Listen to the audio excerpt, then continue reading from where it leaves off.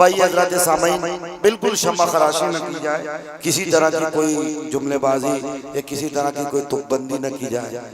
जाहिर है आप भी मुंतजिर हैं हजरत मौलाना अब्दुल्ला सालिम कमर चतुर्वेदी के लिए, इसलिए मैं भी कवाम महदी न बनकर बिला किसी ताखीर के शोहरत याफ्ता खतीब सीमांचल का शेर खतीब हजरत मौलाना अब्दुल्ला सालिम कमर चतुर्वेदी साहब से गुजारिश करता हूँ कि हजरत वाला तशरीफ लाएं और अपनी कीमती नसीहत से खाबिदा कौम को बेदार फरमावे। माइक पर हजरत मौलाना अब्दुल्ला सालिम कमर चतुर्वेदी अररिया बिहार। अस्सलामु अलैकुम व रहमतुल्लाहि व बरकातुहू।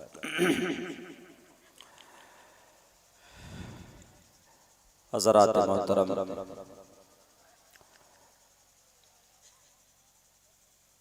सवा 3 बज चुके हैं। अब शायद तकरीर का वक्त नहीं है।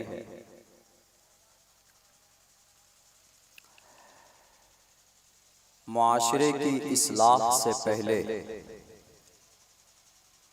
अब हम लोगों को अपने जलसों की इस्लाह करनी चाहिए।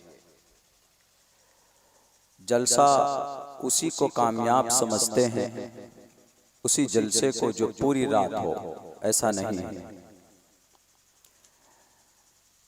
एशिया महाद्वीप में, इस बर्रे सगीर में सबसे ज्यादा जलसा बांग्लादेश में होता है,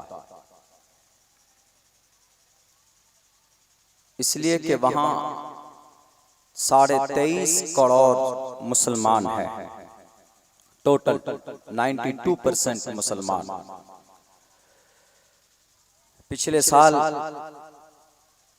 यानी रमजान से पहले, बल्कि इसी साल के ये सन 2023 के फरवरी में मेरा वहां जाना हुआ था। 3 प्रोग्राम में मैं शरीक हुआ।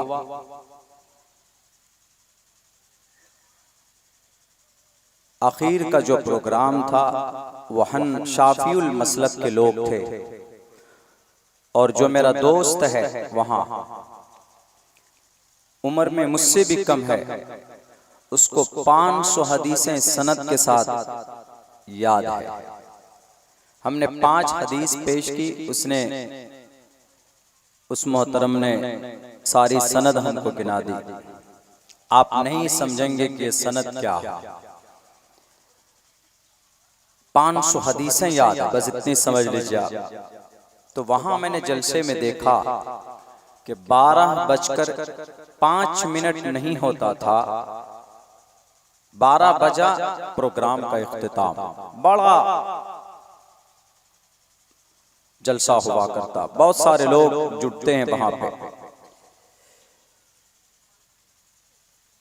उसको कामयाब जलसा समझा जाता है कि आधी रात तक जलसा, 12 ज्यादा से ज्यादा 1 बजे तक आप अपने होश व हवास के साथ सुन सकते हैं, उसके बाद आप नहीं सुन सकते। नींद एक ऐसी चीज है कि जिसका मुकाबला कोई नहीं कर सकता। हम लोग नहीं बर्दाश्त कर पाते, हालांकि डेली जागने वाले लोग हैं। 3 बजे के बाद, 2-2:30 बजे के बाद ऊँग शुरू हो जाती है, नींद का गलबा शुरू हो जाता है। आप तो फिर भी बैठे हैं माशाल्लाह। इसीलिए एक मशवरा देता हूं मैं, पिछले 7-8 साल के तजुर्बे की रोशनी में, जलसा कीजिए, उसका मैक्सिमम टाइम 1 बजे से 1:30 बजे तक रखिए। 2 दिन 2 रात का जलसा कराना है, ठीक है, कोई दिक्कत नहीं। तो एक रात में एक मुकर्रिर, एक रात के लिए कम से कम और ज्यादा से ज्यादा 3 मुकर्रिर हों। एक तकरीर करेंगे, कहीं जलसों में कलेक्शन होता है, एक कलेक्शन करेंगे और दूसरे मुकर्रिर बयान करके दुआ करा देंगे। और आपकी चाहत के मुताबिक, आप अपने पसंद के मुताबिक अपने शुआरा 1 या 2 को रख सकते हैं। उससे ये होता है कि बयान करने वाला मुकम्मल टाइम मिलता है, वो अपनी बात कह सकता है ढंग से। मैं समझता हूं अभी जो बयान हो रहा था वो मुआशरे की इस्लाह के ऊपर जबरदस्त बयान था, लेकिन उनको बेचारे को 8 बजे से इंतजार करना पड़ा। ऐसा नहीं होना चाहिए। इन जलसों से समाज को, मुआशरे को फायदा पहुंचना चाहिए। अभी देख लीजिए, ज्यादा ज्यादा आधे पौन घंटे में दुआ हो जाएगी, सो जाएंगे। जो बहुत दीन का एक अहम फरीजा नमाज है वो आपसे छूट जाएगी, और अल्लाह नमाज के बारे में सवाल करेगा, जलसे के बारे में आपसे सवाल नहीं करेगा। ये जो बयान अभी हुआ तलाक के बारे में, ये अभी नहीं होना था, इसको मजमे के पूरे शबाब पे होना था, 10-11 बजे उस वक्त होना था इस बयान को। तलाक का जो मसला, हलाले का जो मसला हजरत ने भी बयान किया, हजरत मुफ्ती साहब ने, ये जबरदस्त टॉपिक है, हमारे नौजवानों को नहीं मालूम इस बारे में। पिछले कई महीनों में आपके इलाके की 5 बच्चियां मुर्तद हुई। जलसों से, कॉन्फ्रेंसों से इन इर्तिदाद को हम नहीं रोक सकते। हाँ, इनसे आपको सुधार कैसे पैदा हो वो पैगाम मिल सकता है। और अल्हम्दुलिल्लाह बहुत खूबसूरत इंतजाम आप लोगों का है इस जलसे का। मैंने देखा है आकर के शाम से ही, हर एतबार से हर लोग कंसस हैं, लेकिन कहीं ना कहीं चूक ये हो गई कि हजरात मुकर्रिरीन की तादाद बढ़ गई है। आप लोग मैनेज करने में उसको थोड़ी आप लोगों को दिक्कत और परेशानी पेश आई, वरना ऐसे ऐसे बयानात हुए। बहुत आसानी से मुफ्ती सोहराब साहब का टाइम नहीं मिलता है, बहुत आसानी से सादुल नजीब साहब का टाइम नहीं मिलता है, बहुत आसानी से हजरत मुफ्ती साहब का टाइम नहीं मिलता। लेकिन यह है कि आज आपके एक मंच पे ये सारे लोग आ गए। एक मुकर्रिर का कम से कम 2 घंटा बयान होना था और एक्सप्लेन के साथ होना था। ये तलाक के ऊपर एक एक बात खुलकर आनी चाहिए थी, और हजरत मुफ्ती साहब कर भी रहे थे। लेकिन मैं देख रहा हूं कि उनको कभी पर्ची पकड़ा रहे हैं, कभी उनको टोका दे रहे हैं कि हजरत टाइम हो गया। मैं तो चाह रहा था बयान हो। क्यों? हमारे नौजवान एक मजलिस में 3 तलाक।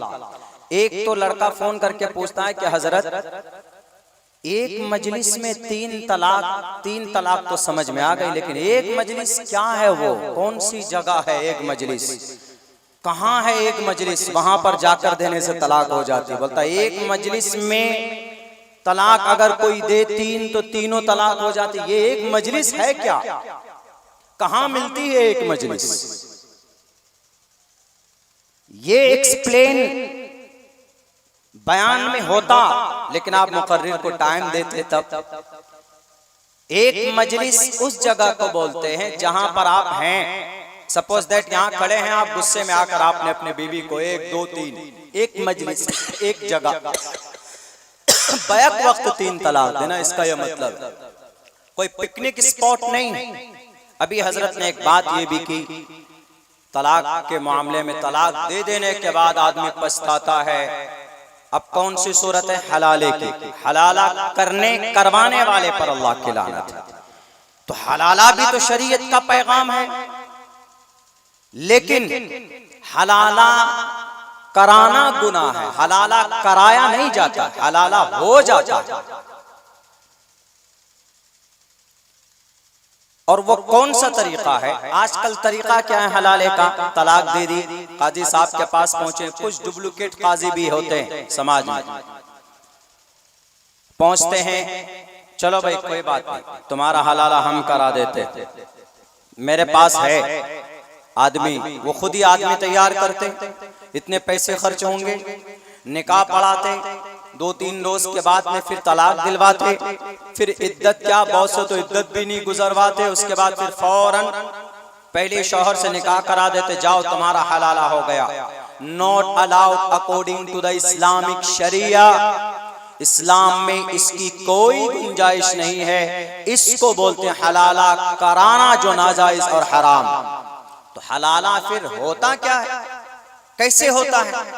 होता ऐसे है, हमने अपने बीवी को तलाक दी, मोहतरमा चली गई, हमने भी अपना रास्ता अलग कर लिया। अब बीवी तो अकेली नहीं रह सकती, आजाद हो गई। उसने किसी और कोई रिश्ता देखकर किसी से उसने निकाह कर लिया।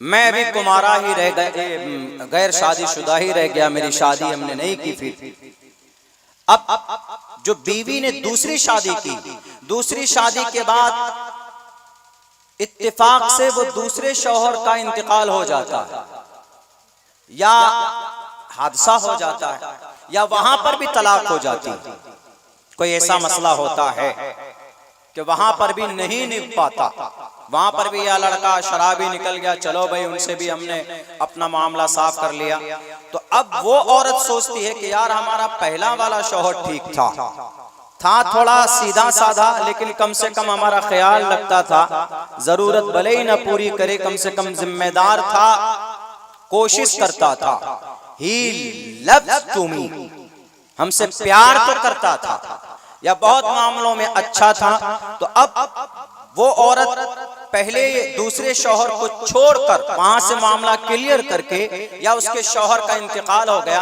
पहले शौहर से अब निकाह करना, एंड दिस प्रोसेस इज हलाला। अब पहले शौहर से वो निकाह करना चाहती है तो कर सकती है, इसलिए कि उसका दूसरा निकाह हो चुका है। अब ये कराया नहीं गया, ये हो गया, ये है जायज। लेकिन नहीं, हमारे नौजवानों को 1 2 3, हमारी बच्चियां मुर्तद हो रही।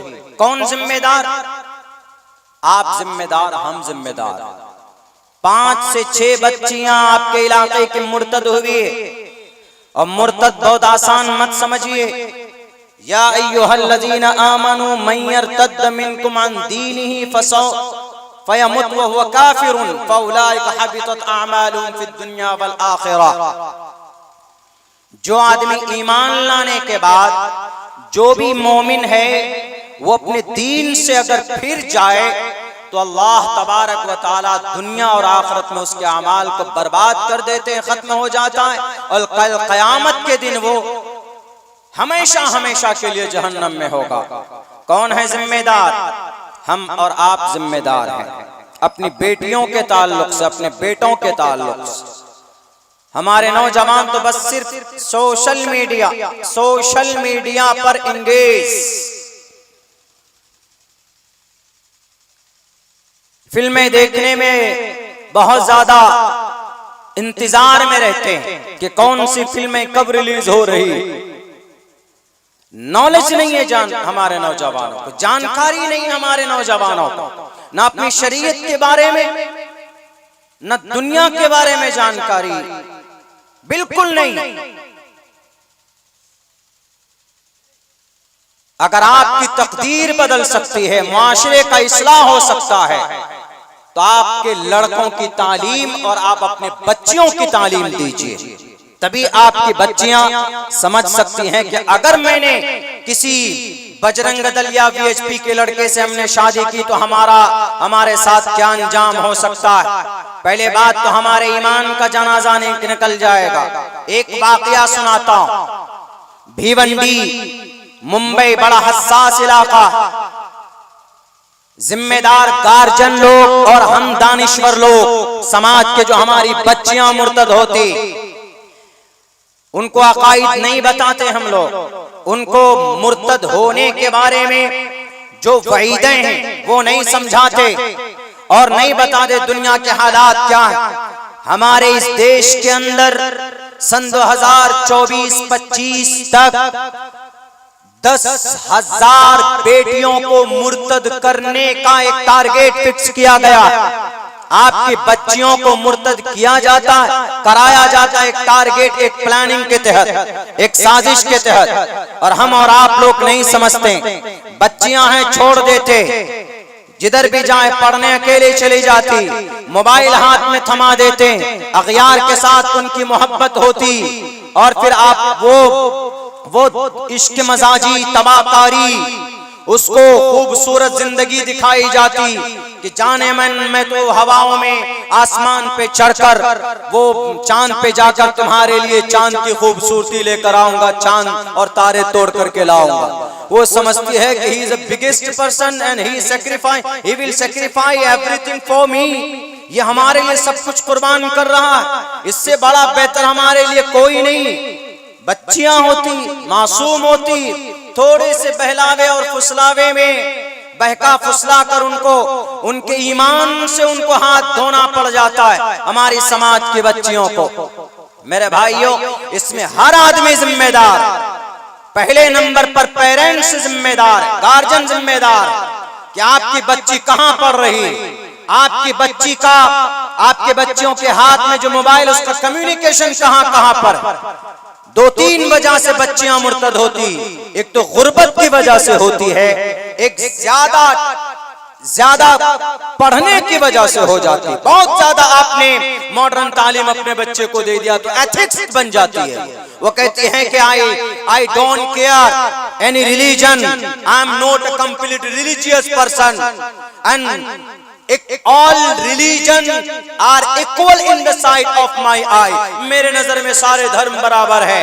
वो ये कहती, तब जाकर वो अपना वो बॉयफ्रेंड के साथ में वो जनाब क्या बोलते हैं, वो बर्थडे मनाते हैं, केक डे मनाते हैं, फ्रेंडशिप डे मनाते हैं। फिर एक दिन वो जमाना आता है कि एक दिन कटिंग डे भी मनाते हैं, मौत डे मनाया जाता है। फिर एक दिन कितने हादसात हुए हैं।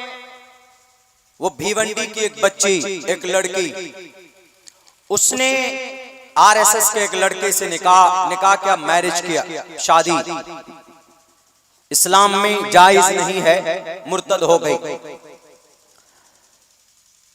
तो कानून है कि जब आप शादी करते हैं किसी इंटरकास्ट में, अदर रिलीजन में, या कोर्ट मैरिज करते हैं आप अपने रिलीजन में भी, तो आपको एक नोटिस बोर्ड चिपकाना पड़ता 1 महीने के लिए। ये कानून है, प्रोसेस है। तो वैसे ही किया। तो किसी वकील ने देखा कि अरे ये लड़की तो मुस्लिम है और लड़का गैर मुस्लिम है, तो क्या होना चाहिए। तो फौरन उसका एड्रेस पते पे एक बड़े तंजीम के एक सदर साहब को भेजे कि ये लीजिए, आपकी बच्ची मुर्तद हो रही है, एक आरएसएस के लड़के के साथ में उनकी शादी हो गई, कुछ कीजिए। तो वो सदर साहब लोग पहुंचते हैं उनके पास, जाकर कहते हैं कि बेटी तुमने शादी की, तुमने अपने बॉयफ्रेंड के साथ। उन्होंने कहा कि हाँ मौलाना, हमने शादी की है, हमने अपनी रजामंदी से, मेरी माँ भी राजी है, मेरा भाई भी राजी है, मेरी बहन भी राजी है, और हम तो हैं ही राजी। उन्होंने कहा कि तुमको नहीं मालूम, ये ईमान तुम्हारा खत्म हो गया, तुम मुर्तद हो गई, मरने के बाद तुम जहन्नम में जाओगी, इस दुनिया में अल्लाह की रहमत का तुम मुस्तहिक नहीं हो सकती। बड़ी लंबी चौड़ी तकरीर शुरू की वहां पे। पता है वो बच्ची जाहिल नहीं थी, उसने ग्रेजुएशन किया हुआ था, ग्रेजुएटेड थी वो लड़की, दुनियावी एतबार से पढ़ी लिखी थी, दीनी एतबार से इतनी पढ़ी लिखी नहीं थी जितनी होनी चाहिए थी। जितनी तालीम उसको मुर्तद होने से बचा सकती थी, उतनी तालीम उनको नहीं दी गई थी। तो उस बच्ची ने क्या कहा पता है, उस बच्ची ने कहा कि मौलाना साहब, सदर साहब बैठिए, आप अभी आए हैं मेरे पास, पिछले 15 साल से आप कहां थे। कहा क्या प्रॉब्लम, क्या दिक्कत। कहा कि 15 साल पहले मेरे वालिद मोहतरम का इंतकाल हो चुका, मेरी माँ ने बर्तन मांज कर मेरी पढ़ाई की, मेरी परवरिश की, मेरे भाई की और मेरी बहन की। आज मेरी माँ पिछले कई साल से, 9-10 साल से बिस्तर पर है, बेड रेस्ट है, उसको दवाई की जरूरत पड़ती, हर महीने में 4 से 5 हजार रुपए की दवाई उनको मिल लग जाती। और फिर हमारा खर्च है, पिछले 10 साल से ये लड़का जो है, ये लड़का my husband, right now he become my husband, and before marriaging, शादी से पहले ये stranger person, and right now he become completely my husband, I accepted from the bottom of our heart. हम दिल की गहराई से इसको शौहर स्वीकार करते हैं। उन्होंने कहा रे लाहौल पढ़ो, इस्लाम में तुम्हारा निकाह नहीं होगा। उन्होंने कहा कि इस्लाम में, कौन से इस्लाम की बात करते हैं मौलाना, वो इस्लाम जिसके अंदर ये कहा गया कि अगर तुम्हारा पड़ोस में कोई भूखा रहे तो तुम पेट भर कर खाना खा लोगे, तो याद रखो तुम कल क़यामत के जन्नत के दरवाजे पर पीट पीट कर सर पटक कर सर फोड़ लोगे, तब भी तुमको एंट्री नहीं मिलेगी अगर तुम्हारा पड़ोसी भूखा रहा है तो। मौलाना पिछले 10 साल में ये आदमी मेरे घर का टोटल खर्च बर्दाश्त करता है। मैं जानता हूं कि आरएसएस ये सनातन धर्मी है, ये 33 करोड़ देवी देवताओं को मानने वाला, लेकिन इसने मेरे पूरे परिवार की जिम्मेदारी अपने सर पर ले रखी। जो चीज इस्लाम में दिखनी थी वो इसके अंदर है, वो क्वालिटी।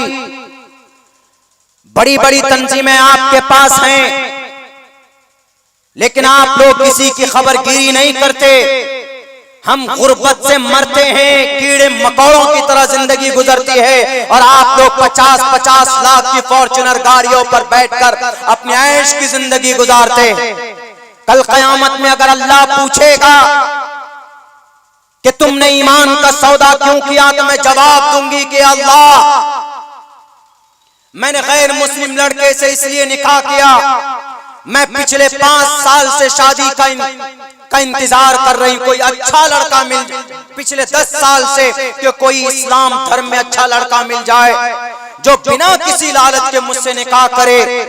जो भी रिश्ता आता उनका डिमांड होता कि लड़के को कैश क्या मिलेगा, लड़के को रकम कितनी दी जाएगी, और लड़के को कौन सी गाड़ी तुम दे रहे हो। वो नहीं जानते कि मेरे वालिदे मोहतरम का 15 साल पहले इंतकाल हो चुका है, हमारे पास देने को कुछ नहीं।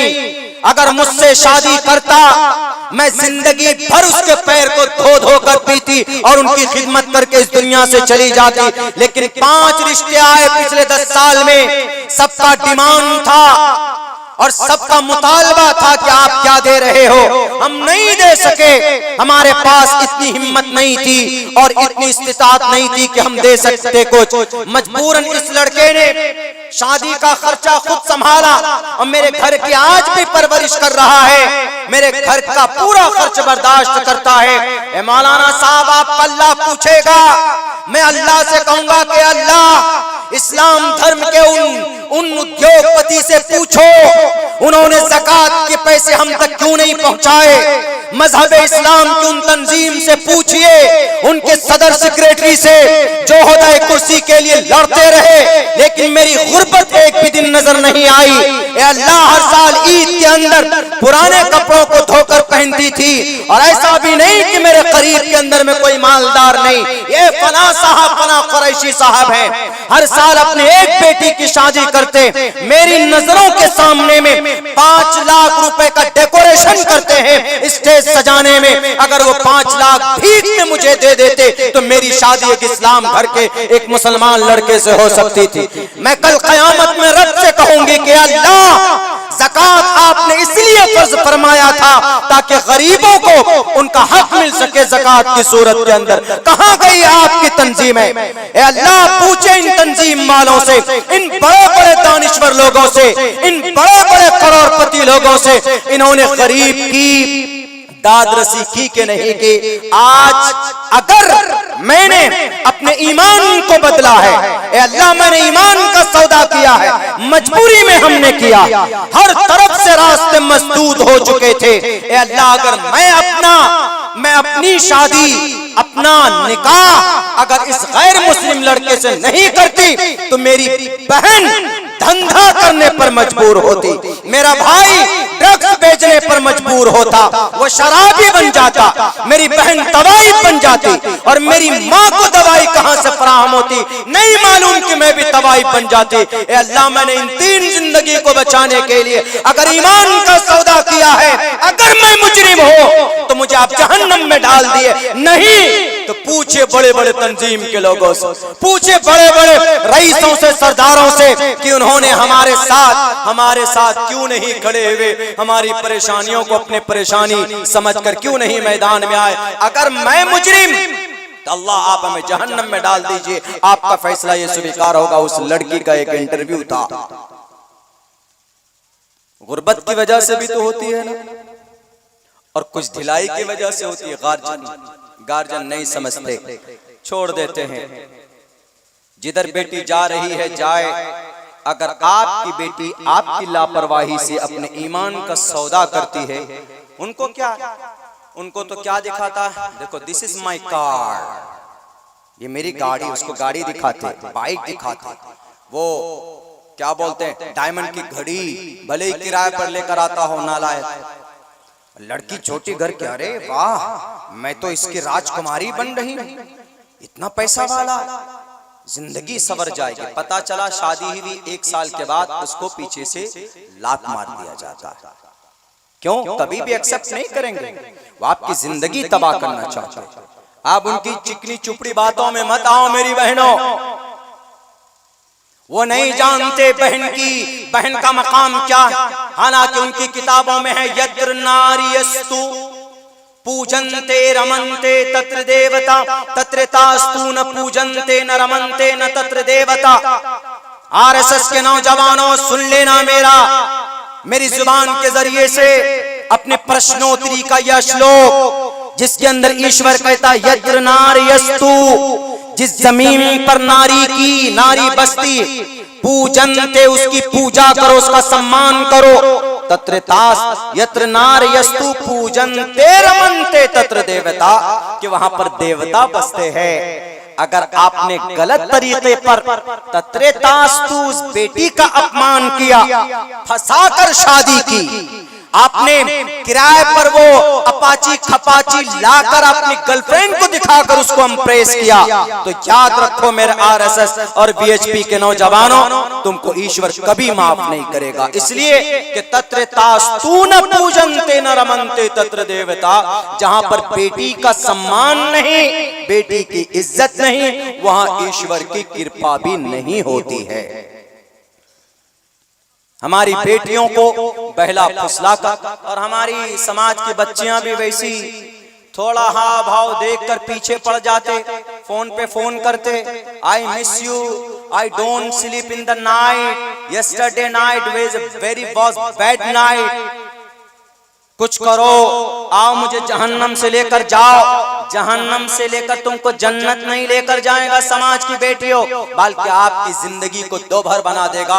वाकयात मौजूद हैं भारत के अंदर, देख लीजिए। महाराष्ट्र के अंदर हर महीने 2500 बच्चियां अपने ईमान का सौदा करती, गुजरात के अंदर, हमारे बिहार के अंदर गुर्बत की वजह से करती, और हमारे वो नौजवान शादी करके चले गए दिल्ली, 1 साल तक गायब। मोहतरमा कहाँ है, किसके साथ है, कुछ पता नहीं। आप अगर बाहर रहते हैं तो फोन पर कम्युनिकेशन स्ट्रॉन्ग बनाकर रखें अपने बीवी के साथ, और कोशिश कीजिए हर 6 महीने के अंदर आने के लिए। इसलिए कि इंसान के अंदर जो डिजायर है, जो सेक्सुअल डिजायर है, ये बशरी तकाजा है, अल्लाह की तरफ से हर चीज को बर्दाश्त कर सकता है इंसान, ये डिजायर को बर्दाश्त नहीं कर सकता ज्यादा दिन तक। बिल आखिर औरतें मजबूर हो जाती अगयार के साथ रिश्ता बनाने में। फोन पे hello how are you today, I am free, will you come in my home, ये बातें फिर चलती है। नहीं, पूरे ध्यान रखें, मुमकिन हो आपके घर में बड़ी बच्चियां हैं, नजर रखें, सीसीटीवी कैमरे लगाकर रखें, उनको अकीदा बताइए अपने घरों के अंदर। जहां मॉडर्न तालीम देते हैं वहां दीनियात की भी तालीम दीजिए उन बच्चों को, उनको पता लगे कि भाई ईमान कितनी बड़ी अजीम दौलत अल्लाह तबारक व तआला ने हमें अता की। अल्लाह के खजाने में ईमान से बड़ी कोई दौलत नहीं। मेरे नौजवानों, हमारे नौजवानों, आपकी बहन है, आपकी सिस्टर है, उन पर ध्यान रखें। और हमारे नौजवान भी तो गड़बड़ करते हैं ना, बहुत ज्यादा गड़बड़ करते हैं। अभी मैं वो गया था उत्तर प्रदेश, डिस्ट्रिक्ट का नाम नहीं लूंगा वरना बोलेंगे कि आप यहाँ की बुराई कर रहे हैं। अभी 2-3 रोज पहले वहीं था मैं, तो वहां बोला मौलाना हमारी बस्ती में सबसे ज्यादा हमारे जो नौजवान हैं, सबसे ज्यादा औरतों लड़कियों के पीछे भागते हैं, किसी तरह नंबर ले लें, उनसे कम्युनिकेशन बना लें, इसी चक्कर में रहते हैं। और फिर क्या कहते हैं कि नहीं हम रिश्ता करने के लिए ऐसा करते हैं, तो माँ बाप से बात करो ना जाकर। किसी घर में रिश्ता करना है, कोई लड़की पसंद है, direct you can go to her home, जाओ उनके घर पे और जाके बात करो। I want to marry your daughter and sister, शादी करना चाहता हूं। इस्लाम में ये जायज है। लेकिन इस्लाम में फोन के जरिए पहले हाय, फिर मिस कॉल करते, ओ ये आपका नंबर है, मेरे मोबाइल में सेव था, कैसे सेव हो गया? हजरत जिब्राइल ने ला करके सेव करके दिया। बहाने ढूंढते। जिंदगी को तबाह मत करो, कुछ करो। आज यहूदी इतने ताकतवर क्यों हैं? इस टॉपिक पे मुझे बोलना था, यहूदी क्यों ताकतवर हुए। लेकिन देखा हमने कि भाई सिस्टम यहाँ पर कुछ और है, मामलात कुछ और है। हमारे समाज की बच्चियां मुर्तद हो रही। जब से मैंने सुना कि भाई आपके इलाके की 5 बच्चियां मुर्तद हुई, आपके पूरे गांव वालों को बेचैन होना चाहिए था, उनके लिए दुआएं करनी चाहिए थी, और मुत्तहिद होकर एक प्लेटफॉर्म पर कोई लाया अमल तैयार करना चाहिए था। हमारे नौजवानों, मोबाइल से, सोशल मीडिया से आपकी जिंदगी नहीं बदल सकती। कुछ सीखो, कुछ पढ़ो और बेबाकी पैदा करो, नहीं तो ये दुनिया लूट लेगी आपको। अभी पिछले दिन मैं मुजफ्फरपुर स्टेशन में मेरी गाड़ी थी, परसों की बात है, परसों शाम की बात है, 26 तारीख, उत्तर प्रदेश से आया मैं प्रोग्राम से। मैंने अपनी गाड़ी, मेरे पायलट साहब के बड़े अब्बा का इंतकाल हो गया तो वो चले गए, मुझे खुद गाड़ी लेके जाकर मुजफ्फरपुर स्टेशन में हमने गाड़ी पार्किंग में खड़ी की। जैसे हम पार्किंग में एंटर हुए तो क्या बोलता है, मौलाना मुल्ला जी कितनी देर तक के लिए गाड़ी रखेंगे? हमने कहा कि भाई 24 घंटे, ज्यादा से ज्यादा 36 घंटे हो सकते। तो उन्होंने कहा कि, हमने कहा क्या चार्ज है? उन्होंने कहा कि 240 रुपए 24 घंटे के लगते। हमने कहा कि ठीक है, मैं 300 दे दूंगा, पहले गाड़ी पार्क कराओ, मुझे ट्रेन पकड़नी। गाड़ी पार्क करा दी, 50 रुपए मैंने उनको एडवांस दिया पर्ची कटने का। हमने कहा ये रखिए 50 रुपए, बाकी आकर दूंगा। चले गए, ट्रेन पकड़कर प्रोग्राम करके आ गए।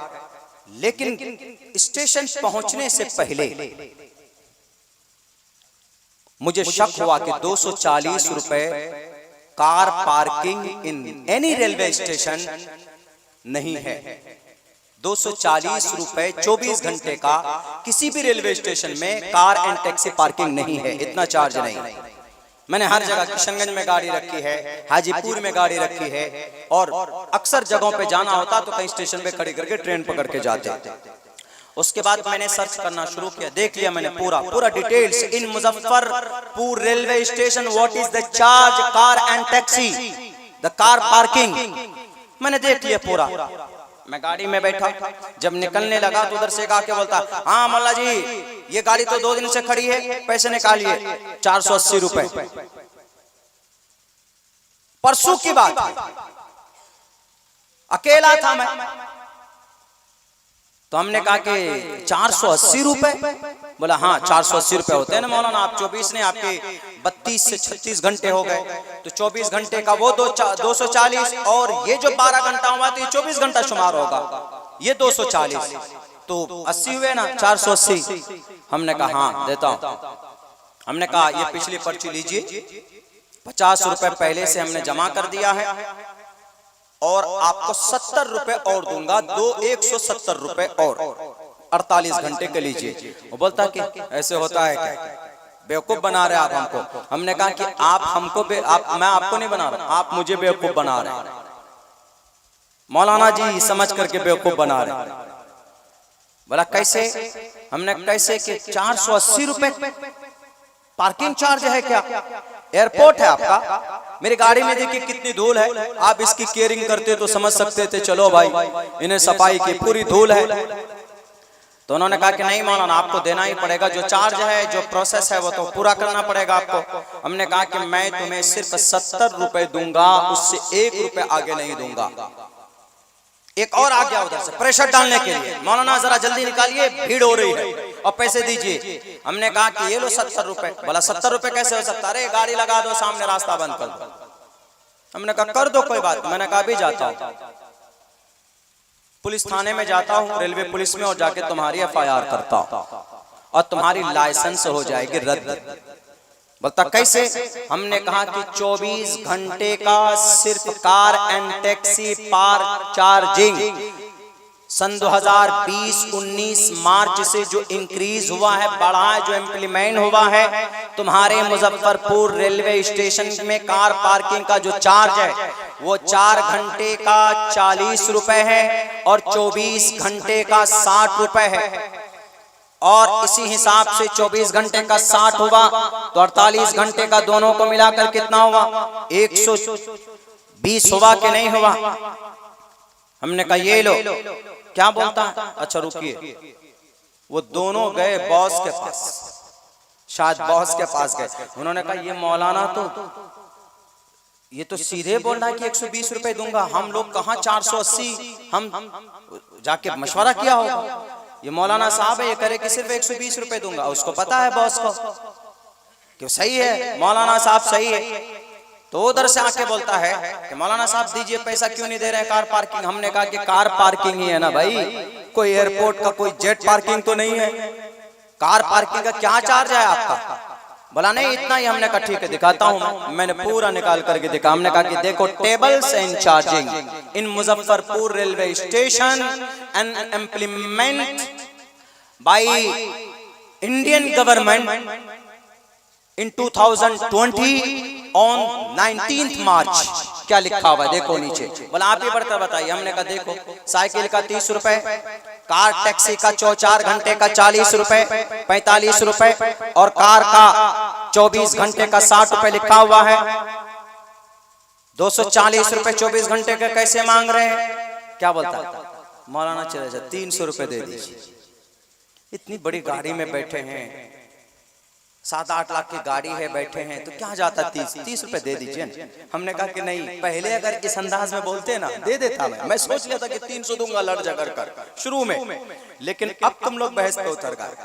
अब नहीं, अब मैं तुम्हें पता चलना चाहिए कि एक्चुअल रेट क्या है, और लोगों को भी पता चलना चाहिए। देने को दे सकता हूं, दे देंगे भाई, 200 रुपए 300 रुपए दे सकते, लेकिन अब नहीं दूंगा। फिर कान में बोलता मौलाना 200 ही दे दीजिए ना कम से कम, चाय पानी इन्होंने आपकी गाड़ी की हिफाजत की। हमने कहा हिफाजत की? पहले उल्टा सीधा बोल रहा था, मुल्ला जी मौलाना देना पड़ेगा, गाड़ी रोक दी, सड़क जहाँ वो गेट को बंद कर दिया। देखे ट्रैक्टर वो माल बॉडी गाड़ी खड़ी की है कि नहीं की है इसने। तो उसके बाद फिर बॉस जाता, कहता भैया जितना दे रहा उतना ले लो। कहाँ 480 और कहाँ 120 मुझे नहीं मालूम था। पहले ट्रेन में बैठकर हमने उसको देखा। गूगल पे 1998 में गूगल लॉन्च हुआ। इस गूगल को बनाने वाला, लॉन्च करने वाला यहूदी, जिनको हम यूज करते, यूट्यूब जिसको इस्तेमाल करते हैं, फख्र की बात है, यूट्यूब को पैदा करने वाला जावेद करीम मुसलमान भारत का था। आज यहूदियों के कब्जे में है यूट्यूब। और हमारा जवान, वाह वाह, सलमान खान की बॉडी कितनी अच्छी दिख रही है, शाहरुख खान का क्या लुक है जवान फिल्म में। बहुत से नौजवान वैसे ही बनाने लग गए। आप बनाइए 6 पैक्स मेरे नौजवानों, ठीक है, लेकिन सलमान शाहरुख को नहीं। हजरत मूसा अलैहिस्सलाम को देखकर बताया बनाइए 6 पैक बनाइए, कि आप 7 पैक बनाइए, कि 7 पैक बनाइए, कि 8 पैक बनाइए, कि आप 10 पैक बनाइए। आप बॉडी बनाइए कि कुछ भी बनाइए, लेकिन इंटेंशन ठीक कीजिए। अपनी जिंदगी का गोल सेट करो कि हमें जिंदगी में कुछ करना है माशरे के लिए, अपने कौम को आगे बढ़ाने के लिए। तो इंशाअल्लाह तबारक व तआला आपके माशरे के अंदर ये जो बीमारी इर्तिदाद की, कोई भी सोचेगा कि नहीं भाई उस गांव के अंदर नौजवान बड़े एक्टिव है, उस गांव के अंदर में दानिश्वर लोग बड़े मुत्तहिद है, एक प्लेटफॉर्म पर खड़े होकर वो लोग किसी भी बुराई को खत्म कर देते हैं और किसी भी असामाजिक तत्व को घुसने नहीं देते हैं, तो दुनिया आपसे प्रेरणा भी लेगी। आप एक मिसाल भी कायम कर सकते हो अपने समाज के लिए। कौन करता? हमारे नबी ने की थी कि नहीं की थी? समाज की तरक्की के लिए, समाज को इंसाफ दिलाने के लिए, गरीबों की मदद के लिए हिल्फुल फुजूल तंजीम कायम की थी। आज हमारा जवान सलमान खान, शाहरुख खान को अपना रोल मॉडल बनाए हुए कारोबार नहीं करना चाहते। यहूदी कारोबार से आगे बढ़ा, उससे पहले यहूदी तालीम में आगे बढ़ा, उसके बाद यहूदी यूनाइट हुआ। 3 वजह से यहूदी आज दुनिया पर राज करते। आज हम गाली देते हैं कि भाई यहूदी का प्रोडक्ट का बाइकाट करो, उनके शैम्पू मत इस्तेमाल करो, और उनकी कोल्ड ड्रिंक्स मत पीजिए, थम्स अप मत पीजिए, कोका कोला मत पीजिए कि ये मेड इन यहूदी है। लाइफ बॉय इस्तेमाल मत कीजिए, डिटॉल इस्तेमाल मत कीजिए, और लक्स साबुन इस्तेमाल मत कीजिए, इसलिए कि मेड इन यहूदी, ऑल प्रोडक्ट मेड इन यहूदी। ठीक नहीं करेंगे, आपके पॉकेट में जो मोबाइल वो भी मेड इन यहूदी, उठाकर फेंक दो। 30,000 रुपए होते तो सबसे पहले कहां पहुंचता हमारा जवान? Oppo, Vivo, iPhone. पैसा हो जाए 1 लाख 1.5 लाख आईफोन, पता नहीं किसको दिखाएंगे आईफोन। मेरे पास भी एक छोटा सा सेट है मजबूरी में, ताकि वो हैक ना हो किसी तरीके पर हमारा, वो इसीलिए रखते हैं। लेकिन हमारे जवानों को पास पैसे जमा कर कर फजूल कामों में खर्च करेंगे। लखनऊ से आ रहा था एक मर्तबा गाड़ी में 21 तारीख को, वो गाड़ी का जो ड्राइवर था मत पूछिए, बाद में पता चला कि भाई हमारे मुस्लिम है। मुंह 18 से 20 पुड़िया लिया लखनऊ में, मुंह में डालकर वो हाईवे, बहुत पूर्वांचल बहुत शानदार हाईवे बनाया है वहां के उत्तर प्रदेश में। मैं पहली बार जब उसमें आया तो कम से कम 1.5 घंटा चल चुका। तो मैंने सोचा यार पूछूं कि कितना टाइम है। मैंने उनसे पूछा ड्राइवर साहब से, भैया और कितना टाइम तक में पहुंचेंगे? तो क्या बोलता, वाह भाई। हमने कहा ये क्या है, ये क्या बम छोड़ रहे हो? पहले गाड़ी रोककर मुंह साफ करो तब बोलो, बताओ। 2 घंटे के अंदर पहुंच जाएंगे, मुंह में भरा हुआ। हालांकि कमाता अच्छा था। हमने कहा कितने खा जाते हो? बोला मौलाना कम से कम 25 पुड़िया तो मैं गटक जाता हूं। करते क्या हो? कि छोटा मोटा कारोबार, काम अच्छा ठीक है करो, लेकिन बिल्कुल ये इंतहा दर्जे को एकदम 25 पुड़िया उसमें तंबाकू डालकर खाते। चलो कम से कम रजनीगंधा का सुपारी खा लो तो कोई, चलो भाई कोई बात नहीं है कि आपको एब्डोमेन के अंदर सिस्टम आपका डैमेज नहीं होगा। वो जब तक पत्ती नहीं डालेंगे, मसाला नहीं डालेंगे तो अंदर नहीं जाएंगे। 25 रुपए की एक रजनीगंधा की एक पुड़िया, हमारा नौजवान एक पुड़िया लेकर बल्कि दिन में 3-4 पुड़िया खा जाता। 100 रुपए खा गया दिन में, 30 दिन में 3,000 रुपए खा गए। और समाज के संगठन के लिए, बच्चों की तालीम के लिए कोई मदरसा बनाइए। अगर मांग लीजिए उनको, भाई जलसा करा रहे 500 रुपए दो, नहीं अभी नहीं है, कभी इधर देख रहा है, कभी इधर देख रहा है, कभी इधर देख रहा है, कभी इधर देख रहा है। ऐसी सिचुएशन आ गई। आप यहूदी बच्चों से प्रेरणा ले सकते हैं, यहूदी बच्चों से। यहूदी बच्चे, उनके पास अगर पैसे हो गए तो वह कारोबार में इन्वेस्ट करते हैं। 30,000 रुपए हुए तो मोबाइल के पीछे नहीं जाएंगे कि भाई किसकी सेल्फी बढ़िया आती। मुझे आज तक, मैं आपको एक बात बताऊं, मुझे शौक ही नहीं है फोटो का, न सेल्फी का न सुल्फी का, किसी का भी। आज तक मैंने कभी भी, मुझे याद ही नहीं है कि पिछले कम से कम 7-8 साल से ये मल्टीमीडिया एंड्रॉइड मोबाइल यूज करते हैं, तो हमने कभी किसी को कहा हो कि आइए जरा सेल्फी लेते हैं। आज तक एक फोटो आप नहीं दिखा सकते मेरे मोबाइल के अंदर। हाँ, मेरे मोबाइल को अगर आप खोजेंगे आपको किताबें जरूर मिल सकती। इसके अंदर भी कम से कम 5 ऐप है मेरे इस मोबाइल के अंदर। इस मोबाइल के अंदर 5 ऐप है। आप जब खोल कर देखेंगे तो आपको ऐसी चीजें मिलेंगी कि आपको जल्दी किताबों में नहीं मिलेंगी। सोशल मीडिया यूज कीजिए, ठीक है, गलत यूज मत कीजिए, अच्छी चीजों के लिए यूज कीजिए। यूट्यूब अच्छी चीजों के लिए यूज कीजिए, फेसबुक यूज कीजिए, ट्विटर यूज कीजिए, ठीक है, व्हाट्सएप यूज कीजिए, लेकिन दूसरों को परेशान करने के लिए नहीं। हर वक्त तो वो खेसारी लाल का कमर डुमक देखने के लिए नहीं। गाना सुन रहे हैं, बाइक चला रहे हैं तो कान में लीड लगाकर, ना सर पे हेलमेट है, वही काम कर रहे हैं। अगर आपको जिंदगी गुजारने का ढंग अगर आपको देखना है, पिछले 75 साल में दुनिया की सबसे जलील कौम यहूदी ने जो अपने आप को रिफर्बिश किया, अपने आप के अंदर में जो मॉडिफाई किया, उन्होंने गुलाम कौम थी। पिछले 75 साल के अंदर पूरी दुनिया को उन्होंने गुलाम बनाया, पूरी दुनिया को। यहूदी से बढ़कर कोई आगे नहीं। तालीम में यहूदी आगे, एजुकेशन में यहूदी आगे। और हमारे मुस्लिम बादशाह, हमारे मुस्लिम दानिश्वर किस में आगे? बुर्ज खलीफा बनाने में आगे, तंजीम बनाकर सदर के चक्कर में झगड़ा लगाने में आगे। हम मुसलमान जो समाज के दानिश्वर लोग हैं वो लड़ने में आगे।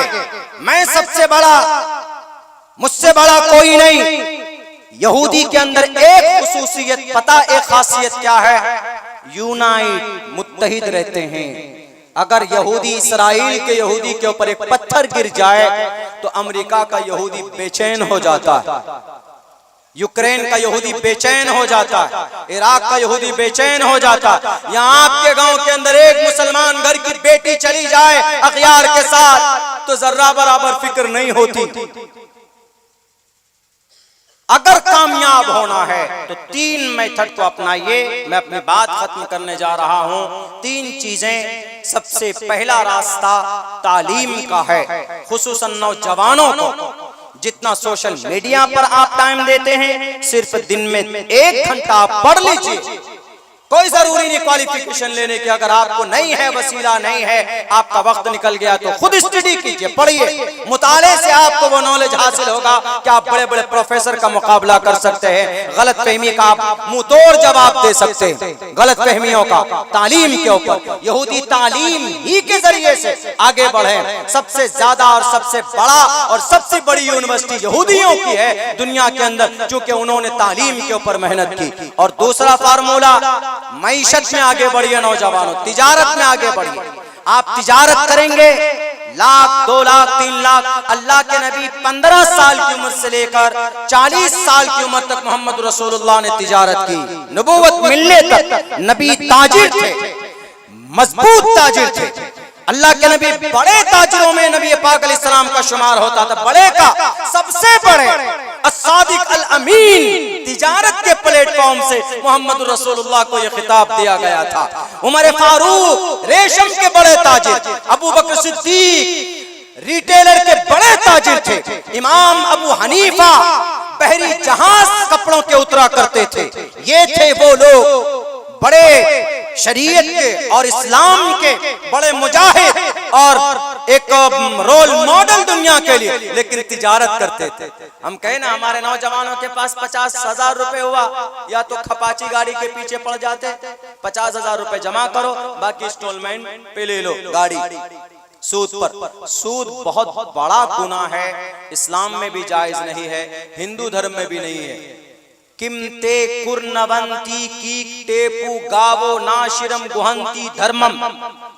ये यजुर्वेद में कहा गया है कि ए ईश्वर सूदखोरों के से हमें बचा। तिजारत कीजिए लेकिन सूद से अलग रहकर तिजारत कीजिए। कारोबार के अंदर, तिजारत के अंदर अल्लाह तरक्की देगा, लेकिन सूदी कारोबार करते हैं तो नाजायज और हराम। और तीसरी चीज क्या है?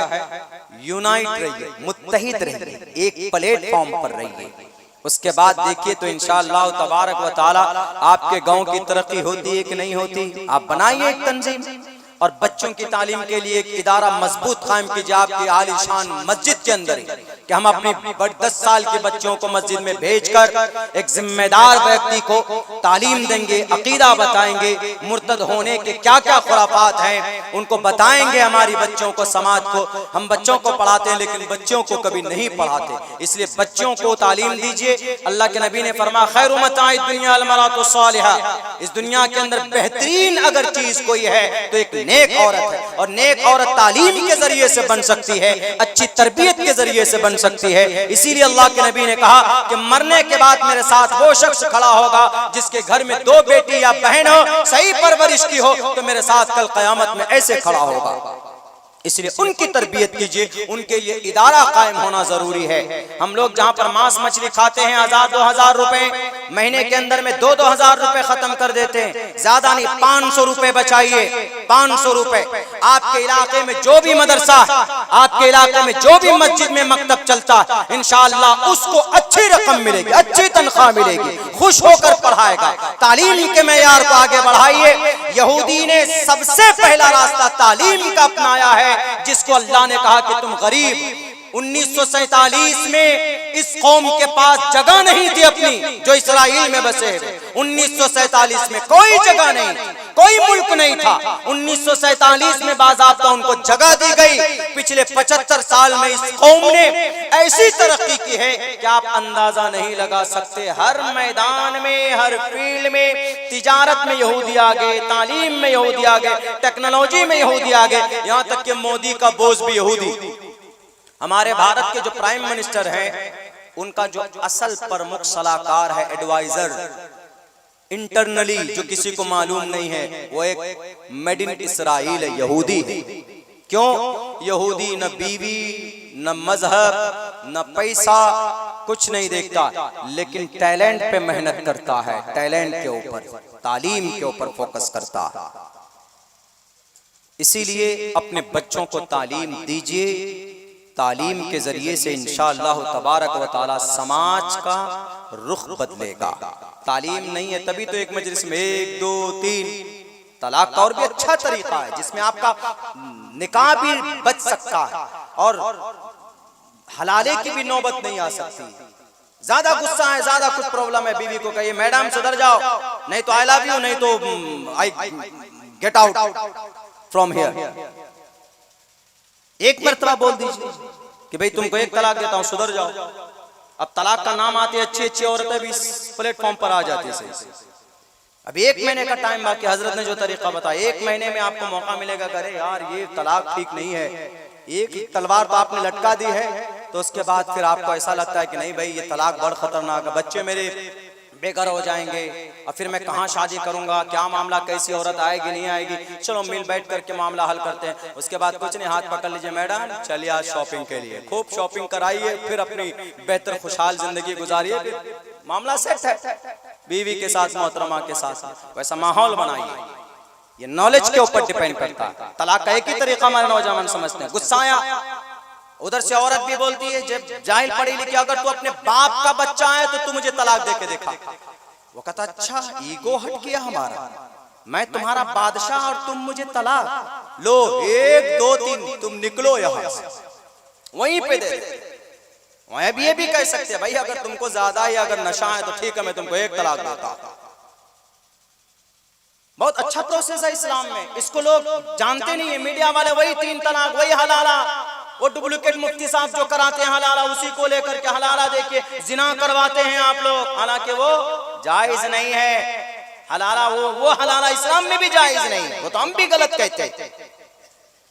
तो नॉलेज के ऊपर सारी गलत फहमियों का आधार है, इसका खात्मा होगा इंशाअल्लाह।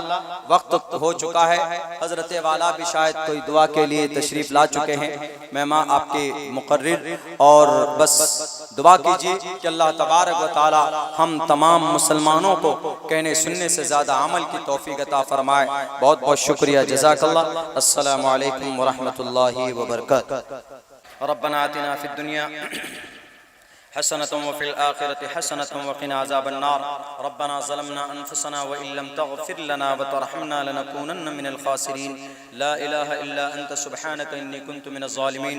अल्लाहुम्मा इन्ना नजअलुका फ़ी नुहूरिहिम व नऊज़ु बिका मिन शुरूरिहिम। ए अल्लाह हमारे सगीरा कबीरा गुनाहों को माफ़ फरमा, तमाम लग़ज़िशों को कोताहियों को दरगुज़र फरमा। इस्लाह माशरा के उन्वान पर यह प्रोग्राम है और बड़ी कीमती बातें हुई है इशा के बाद से लेकर अब तक।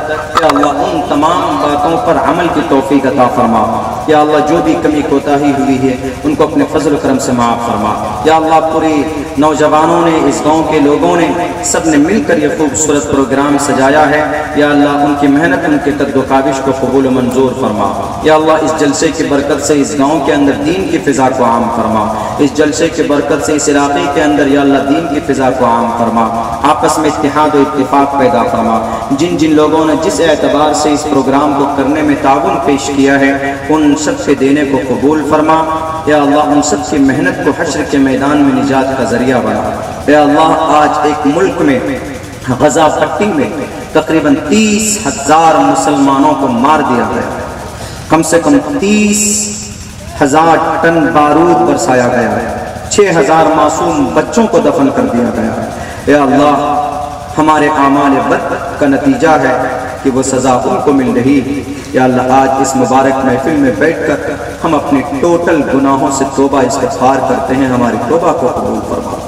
गजा पट्टी के मुसलमानों की, वहाँ के इंसानों की, वहाँ के लोगों की हर तरह से गैबी मदद फरमा, उनको हिम्मत और हौसला अता फरमा। जो लोग अपनी ज़मीन के लिए लड़ रहे हैं उनको इस्तिक़ामत पैदा फरमा, उनकी गैबी मदद फरमा, उनकी नुसरत फरमा। हमारे मसाजिद की खुसूसन मस्जिद अक़सा की हिफाजत फरमा, हमारे मकातिब की मदारिस की हिफाजत फरमा, उलमाए किराम की इज़्ज़त व आबरू की हिफाजत फरमा, उम्मत मुस्लिमा की बेटियों की ईमान की हिफाजत फरमा।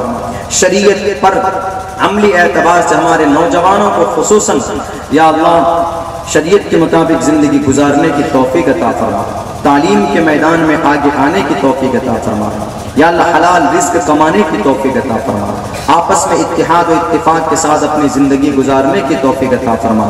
या अल्लाह हमारी सारी बातें, हमारी इस महफिल को, इस मजलिस को, इस दुआ को नबी पाक अलैहिस्सलातु वस्सलाम के सदक़े तुफ़ैल में कबूल फरमा।